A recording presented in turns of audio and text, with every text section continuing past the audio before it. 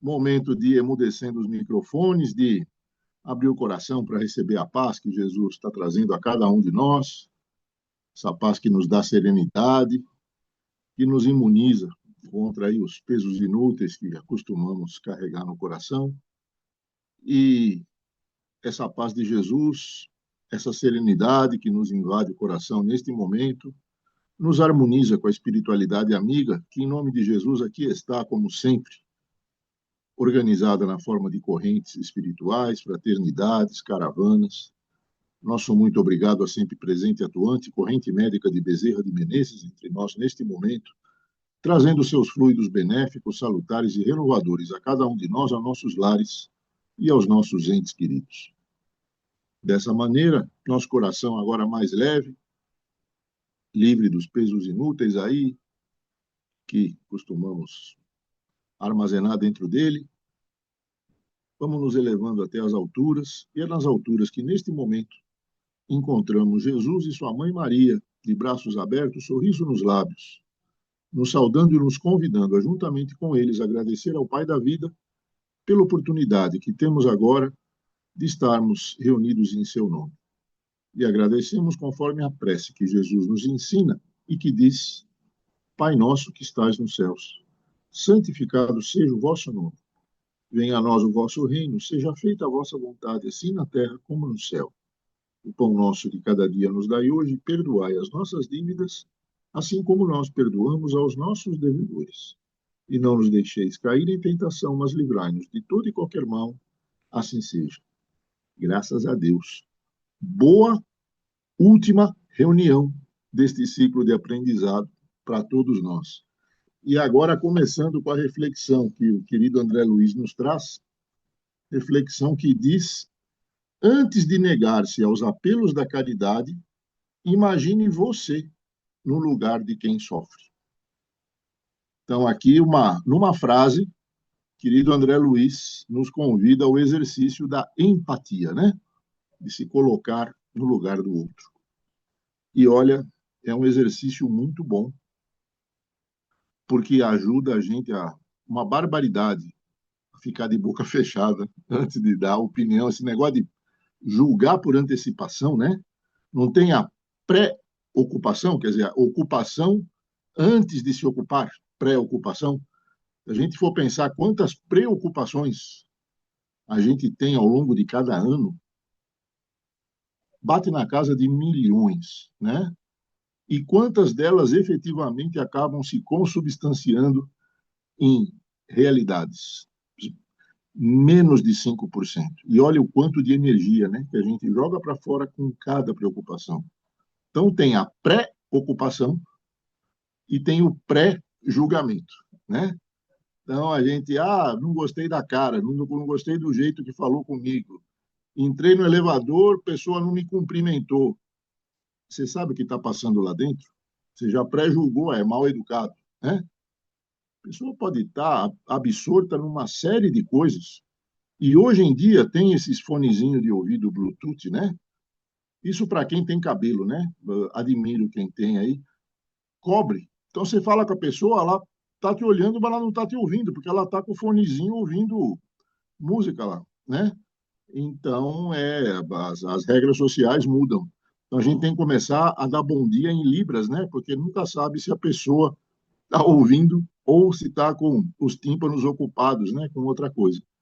Então, a empatia de se colocar no lugar do outro evita uma quantidade enorme, né? E mesmo quando a gente exercita empatia, bota aí um tempero de paciência, porque muitas vezes quando a gente se coloca no lugar da pessoa e ela já está desequilibrada, e a gente fala, eu entendo o que você está passando, eu imagino o tamanho da questão que você está tendo que enfrentar, muitas vezes a pessoa está tão desequilibrada que ela reage negativamente e não sabe nada. Você tenta ser santinho, quanto que a gente, né, ouve disso aí, mas é bom, né? Melhor ter ouvido funcionando para ouvir essas coisas do que ser surdo, né? Então toca o barco e está tudo certo. Mas o exercício de se colocar no lugar do outro é muito mais importante. E como a gente vê todos os exemplos, todos os modelos, né? Que em nome de Jesus nos servem de referência, tornaram essa questão de se colocar no lugar de quem precisa uma rotina. E aí a rotina fica muito mais fácil, né? Mas agora vamos ao livrinho que nos aguarda hoje. Tá aqui, está, ó. Vivendo a Doutrina Espírita, que veio a público aí em 2015, né? E através do médium Antônio Baduí Filho, doutor Antônio Baduí Filho, que ele é um médico, né? Clínico e psicanalista, que nasceu em 1943 em Ituiutaba, né? Minas Gerais. E se formou, vamos dizer, começou a sua atividade mediúnica em 1964.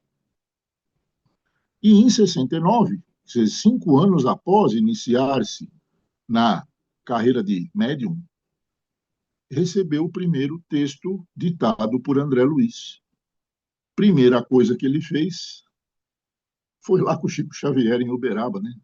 Ô Chico, tem algum espírito querendo me enganar, porque está aqui a psicografia que eu recebi, assinou como André Luiz, sou médium inconsciente, não quero fazer bagunça aí, né? Não quero trazer um espírito, como se diz antigamente, zombeteiro, né? Brincalhão, para brincar com coisa séria, né? E o Chico falou, não, é ele mesmo. Se você está em dúvida de receber as mensagens do André Luiz sozinho, venha trabalhar com a gente, vamos trabalhar junto. E a partir de 69 começou uma simbiose, né, muito construtiva entre o Antônio Baduí Filho e o Chico Xavier. E, por outro lado, para quem já estuda, né, a história do Espiritismo há mais tempo, tem paralelos muito interessantes entre o doutor Antônio Baduí Filho e o doutor Inácio Ferreira, lá do Sanatório Espírita de Uberaba, né, que trabalhava junto com Maria Modesto Cravo. O doutor Inácio Ferreira, também médico, também se dedicou ao trabalho no Sanatório Espírita de Uberaba. E o doutor Antônio Baduí Filho também se dedica, né, lá no Sanatório Espírita José Dias Machado, na cidade dele, em Utuiutaba, onde ele e a esposa atuam como dirigentes e fazendo basicamente o que o doutor Inácio Ferreira fazia lá em Uberaba, no Sanatório Espírita, né? Então, é muito inspiradora essa história de vida, porque a pessoa aplica na prática aquilo que ela acredita, né? E o livrinho, né, Vivendo Doutrina Espírita, na verdade, são 4 volumes, tá? E nós estamos vendo hoje o quarto volume, porque ele traz aqui as questões do Livro dos Espíritos, comentadas pelo André Luiz, e nós vamos verificar algumas delas, né? A primeira edição veio lá em 2015, né? E a psicografia veio uns 8 meses antes, em 2014 ainda, né? E o quarto volume que nós estamos vendo hoje fala sobre o final da terceira parte, né, do Livro dos Espíritos, que é as leis morais, né? Então fala lá lei da igualdade, lei da liberdade, lei da justiça, amor e caridade, da perfeição moral e também da última parte, né, do Livro dos Espíritos, a quarta parte, que é penas e consolações, né? E, basicamente, são instruções que o André Luiz nos traz com o selo de qualidade de aprovação do Chico Xavier quanto à mediunidade, né, do intermediário aí, do Antônio Baduí Filho. E começando lá na questão 813, que é na parte da lei de igualdade, que fala de miséria moral. E a pergunta é a seguinte: há pessoas que caem nas privações e na miséria por sua própria culpa. Sendo assim, a sociedade pode ser responsabilizada? André Luiz responde sim. A sociedade é responsável pela decadência moral e física de seus membros, pois muitas vezes cria ambientes de tentação ou não promove a educação necessária para evitar o erro. E aí vem o André Luiz falando: Reconheça os adversários da riqueza sadia. Desperdício, joga fora o que é útil. Prodigalidade, não valoriza o equilíbrio. O que é prodigalidade? Consumo do desnecessário, né? Joga fora o que é útil. Orgulho, humilha através da moeda. Egoísmo, não constrói o bem comum. Vaidade, faz questão de se exibir. Avareza, não abre a mão para o outro. Usura, denigre o ouro conquistado. Mesquinhez, não reconhece o próximo. Ostentação, exibe aquilo que possui e mostra aquilo que não tem. Ganância, não se contenta com o que tem. E aí finaliza o André Luiz dizendo: cuide dos bens que a providência divina coloca sob a sua responsabilidade e haja com sensatez e prudência, educando-se através dos ensinamentos do Evangelho, a fim de que, estando na posse da riqueza, você não esteja também na miséria moral. E aí uma coisinha que vai na base disso tudo. É uma ideia que está na minha cabeça já girando há vários dias, né? Acho que o desafio maior que cada um de nós tem, independente da idade, da atividade que desempenha, desafio maior que a gente tem é de ser cristão. Porque tudo que gira à nossa volta te empurra para o atraso, te empurra para o egoísmo, te empurra para a avareza, te empurra muitas vezes para o desperdício, né? E ser cristão. Será que é difícil? Depende da honestidade que cada um de nós tem com aquilo que aprende. O de colocar em prática ou de fazer de conta, né? Vamos falar casa de caridade, maioria aí frequenta. Muitas vezes a gente encontra pessoas que também têm problemas, que também estão indo lá para tentar melhorar. Alguns conseguem, outros não, mas o que é mais comum a gente encontrar na casa de caridade, pessoas desequilibradas, em diferentes níveis. Algumas que disfarçam, outras que não disfarçam, né? E aí a gente vai para a casa de caridade, muitas vezes sai, aquela cara de santinho, portão para dentro, sai, atravessa a rua, vai num lugar para tomar café, para fazer fofoca daquilo que a gente viu, fulano, ciclano, não sei o quê, papá. É ser cristão isso? E aí, o muro da vida a gente vai cruzar, ninguém sabe quando, mas que vai, vai, né? Voltar para casa. Já pensou o arrependimento que bate? Quando a gente achou que estava fazendo, todo mundo batendo palma, a gente ficou com fama de santinho, de não sei o que e tal. E quando a gente vê, a gente não foi honesto com o próprio coração, com as próprias escolhas, né? Então, o esquema do ser cristão, no entendimento, né, que me bate aqui sobre esse item aqui da miséria moral, ser cristão é o antídoto, né? Nos dá aí a condição de superar. E aí vamos lá para a questão 829, que fala de escravidão, ainda na lei de liberdade. E a pergunta que está lá: haverá homens que estejam por natureza destinados a ser propriedades de outros homens? Resposta lá do Livro dos Espíritos. É contrária à lei de Deus toda sujeição absoluta de um homem a outro. A escravidão é um abuso da força. Desaparece com o progresso, como gradativamente desaparecerão todos os abusos. Isso aqui foi escrito na metade do século XIX, quando, por lei, a escravidão ainda estava. A gente pegar, pode entrar agora aí no arquivo do Estado de São Paulo, de 1857, por exemplo. Página de classificados lá, tinha enxada, implemento agrícola, escravo jovem, escravo idoso, escravo para trabalhar em casa, negociando, né? E vamos ver o que o André Luiz fala sobre isso. Não faça de ninguém escravo da sua vontade. Esposa, respeite. Amigo, não coaja. Filho, considere.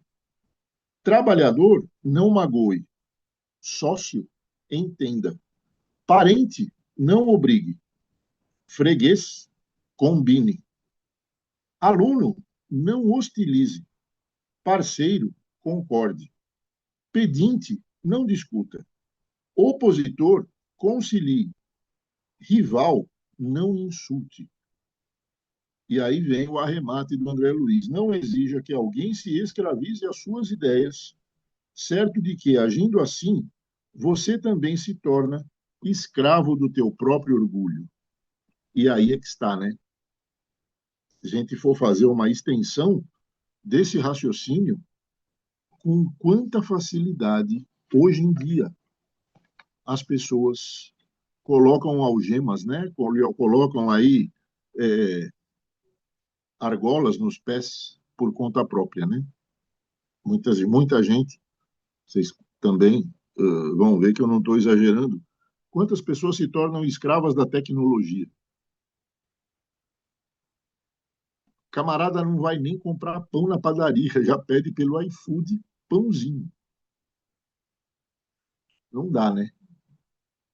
Ah, eu tenho cachorro, mas eu não tenho tempo, eu não tenho paciência de passear com o bicho na rua.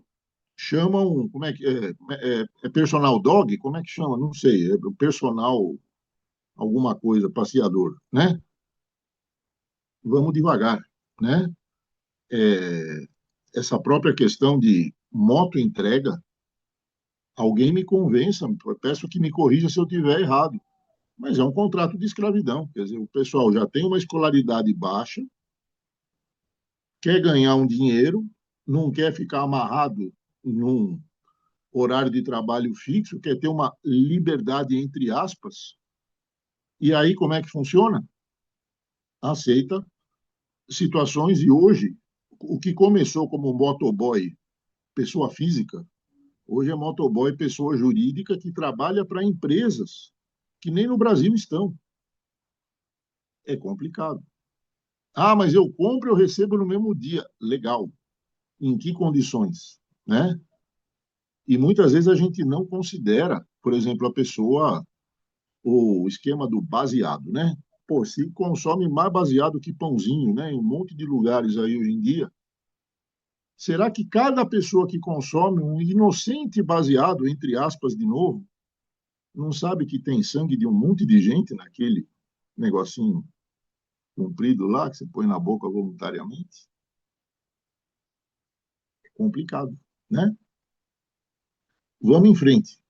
Aí, agora na questão 845, que fala do livre-arbítrio, ainda na lei da igualdade. Pergunta: não constituem obstáculos ao exercício do livre-arbítrio as predisposições instintivas que o homem já traz consigo ao nascer? Resposta da espiritualidade. As predisposições instintivas são as do espírito antes de encarnar. Conforme seja esse mais ou menos adiantado, elas podem arrastá-las à prática de atos repreensíveis, no que será secundado pelos espíritos que simpatizam com essas disposições. Não há, porém, arrastamento irresistível, uma vez que se tem a vontade de resistir. Lembrai-vos de que querer é poder. Tanto querer é poder que lá naquele grupo de apoio ao antitabagismo e outros vícios, se utiliza o chamado método das 8 fases. Primeiro ponto, o método, a primeira etapa, a primeira fase é o querer. Porque tudo que você quer, você faz. Tudo que você não quer, você vai achar uma desculpa para não fazer. Então, tem que ser honesto consigo mesmo. Eu quero ou não quero? Se você quer, você vai se aprontar para fazer a coisa acontecer. Porque o ser humano, ele tem um cérebro aí muito privilegiado. Apesar de ser uma pessoa com pouco tempo, que mora longe, que tem dificuldade de transporte, cheia de tarefas, quando esta pessoa quer fazer alguma coisa, ela vai achar um tempo, ela vai achar um jeito. Outra pessoa, aparece uma coisa e ela, pô, eu não quero fazer, mas eu não posso dar a entender que eu não quero fazer. Então já entra um modo auto-enrolation, né? E aí a gente vai, em milissegundos, aparece pelo menos uma dúzia de desculpas perfeitamente aceitáveis que a gente vai dar. Todo mundo vai, você tem razão, por isso que não deu para fazer, mas você sabe que você não queria, né? Então tudo depende, querer é poder. Então quando a gente é, tinha um ditado antigo que fala, eu faço o que eu posso, vírgula, fazer uma errata, eu faço o que eu quero. Porque o apóstolo Paulo não falou, não deixou registrado lá tudo posso naquele que me fortalece. Então Deus nos dá a condição de fazer. A questão do poder, a gente pode. A questão é se quer ou se não quer, né? E aí o André Luiz fala o seguinte: você pensa no bem e recua, pensa no perdão e se vinga, pensa na caridade e desiste, pensa na esperança e se aflige, pensa na verdade e mente, pensa na fé e descrê, pensa na brandura e ataca, pensa na calma e se irrita, pensa na tolerância e censura, pensa na indulgência e julga, pensa na fraternidade e se retrai, pensa na misericórdia e acusa, pensa na paz e agride. Você pensa em mudar para melhor, mas não consegue, e responsabiliza as forças instintivas do corpo pelo impedimento, quando, na verdade, os impulsos inferiores que se manifestam nas tuas atitudes pertencem exclusivamente ao espírito na sua vivência milenar. Quer dizer, e aí a gente entra exatamente no esquema da liberdade de ação, o livre-arbítrio, né? Liberdade de escolha, e o esquema do querer. Quando a gente quer agora e quer mobilizar a vontade, muitas vezes a gente consegue, nesse processo de reforma interior, se reprogramar para superar questões que a gente muitas vezes está enrolando há séculos, encarnação após a outra, e não consegue. Então, a pessoa muito. Tem assim, tem um negócio, tem uma tendência para mentir. E não tem conversa. Mentirinha que nem batatinha. Se a gente nunca para na primeira, né? Mas pode parar a hora que quiser. Mas como você está já há séculos com essa rotina mental de comportamento, a experiência anterior tem uma força enorme. Eu sempre, intimamente, eu sempre fiz assim. Ninguém vai perceber. Não, depois eu conserto. Só que quando a gente chegar no mundo da verdade, com que cara a gente vai conversar com a turma, né? Falamos há pouco do doutor Inácio Ferreira, né? Uma alma brilhante, um médico que se dedicou ao Sanatório Espírita de Uberaba, ao lado da Maria Modesto Cravo, mas ele tinha um negócio, ele, por hábito, não sei dizer se é vício, isso aí é ele mesmo que escreve, né? Cigarro de palha. Então, enquanto picava o fumo, enquanto desfiava lá a palha, preparava, ele ia pensando nas coisas, pitava aquela coisa toda. Mas ninguém sabia, só ele fumava sozinho e ninguém sabia. Aí chegou um dia, como acontece com todo mundo, o doutor Inácio Ferreira morreu. E foi recebido, porque era um bom coração, uma alma leve, né? Estava ele na espiritualidade, imagina, conversando com o doutor Bezerra de Menezes, o Eurípides Barçanufo e com a Sheila. Uma roda de conversa na espiritualidade. E o Inácio Ferreira junto.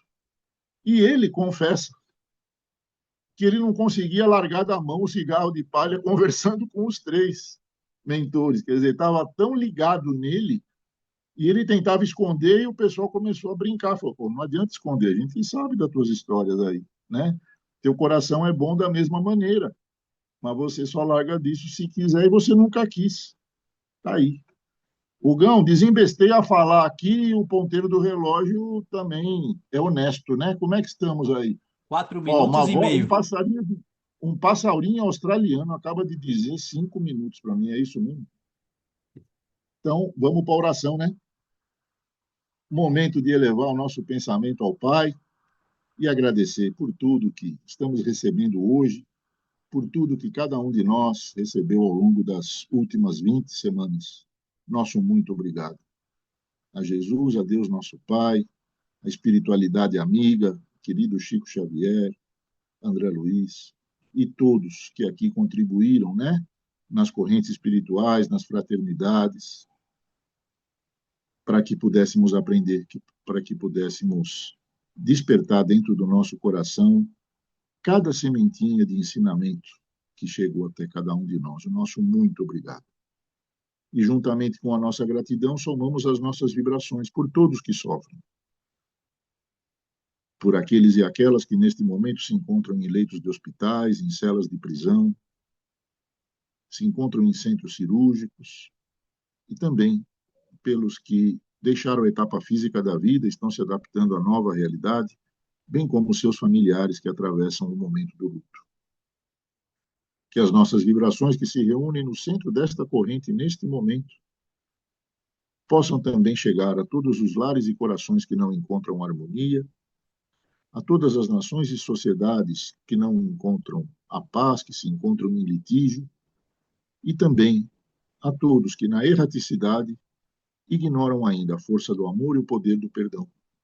E colocamos essas vibrações nas mãos de Jesus, pedindo a Ele a permissão para que sejam distribuídas as caravanas socorristas que diuturnamente tanto auxílio distribuem em toda a psicosfera terrestre.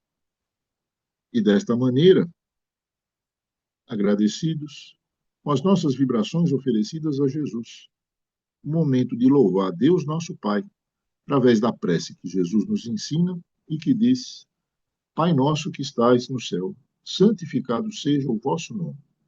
Venha a nós o vosso reino. Seja feita a vossa vontade, assim na terra como no céu. O pão nosso de cada dia nos dai hoje, perdoai as nossas dívidas, assim como nós perdoamos aos nossos devedores. Não nos deixeis cair em tentação, mas livrai-nos de todo e qualquer mal, assim seja. Graças a Deus, deu tempo e tudo mais. Agora aqui, ó, ninguém vai acreditar, o chazinho de despedida não é marca de champanhe francesa, tá? É laranja com limão cravo. Limão cravo porque eu sou chique e água com gás porque deu tempo de comprar. Saúde! Hugão, agora dedo no gatilho, é com você. Vamos na sequência aí. Até já, tem segundo tempo. Até já. Saúde!